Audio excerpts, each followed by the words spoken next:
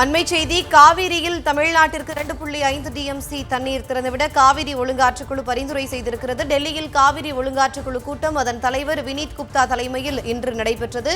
காவிரியில் தமிழ்நாட்டிற்கு 6.2 டிஎம்சி தண்ணீர் திறந்துவிட வேண்டும் என ஒழுங்காற்றுக்குழு கூட்டத்தில் தமிழ்நாடு அரசு வலியுறுத்தியது. இதுகுறித்த கூடுதல் விவரங்களை எமது டெல்லி சிறப்பு செய்தியாளர் பால்முருகனிடம் கேட்கலாம். வணக்கம் பால்முருகன், இதுகுறித்த கூடுதல் விவரங்களை பதிவு செய்யுங்க. அதாவது இன்று நடைபெற்ற காவிரி ஒழுங்காற்றுக்குழு கூட்டத்தில் தமிழகத்திற்கு 2.5 டிஎம்சி தண்ணீர் திறக்க பரிந்துரை வழங்கப்பட்டிருக்கிறது.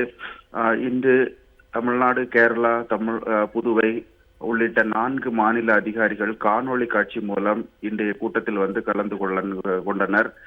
அப்போது கடந்த ஜனவரி மாதம் முதல் தற்போது வரை 10 டிஎம்சி தண்ணீர் தமிழகத்திற்கு வழங்க வேண்டும். ஆனால் 3.8 டிஎம்சி மட்டுமே வழங்கப்பட்டிருக்கிறது.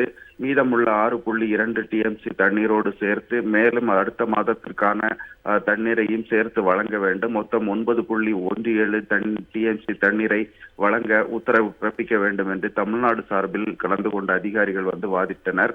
இதனைத் தொடர்ந்து தற்போது 2.5 டிஎம்சி தண்ணீர் திறக்க கர்நாடகாவுக்கு காவிரி ஒழுங்காற்று குழுவானது பரிந்துரை வழங்கி இருக்கிறது. இந்த பரிந்துரையானது அடுத்து 21ஆம் தேதி நடைபெற இருக்கிற காவிரி மேலாண்மை கூட்டத்தின் போது விவாதிக்கப்பட்டு காவிரி மேலாண்மை வாரியம் உரிய உத்தரவுகளை பிறப்பிக்கும் என்று எதிர்பார்க்கப்படுகிறது. ஜெனிஃபர், கூடுதல் விவரங்களை வழங்கியமைக்கு நன்றி பால்முருகன்.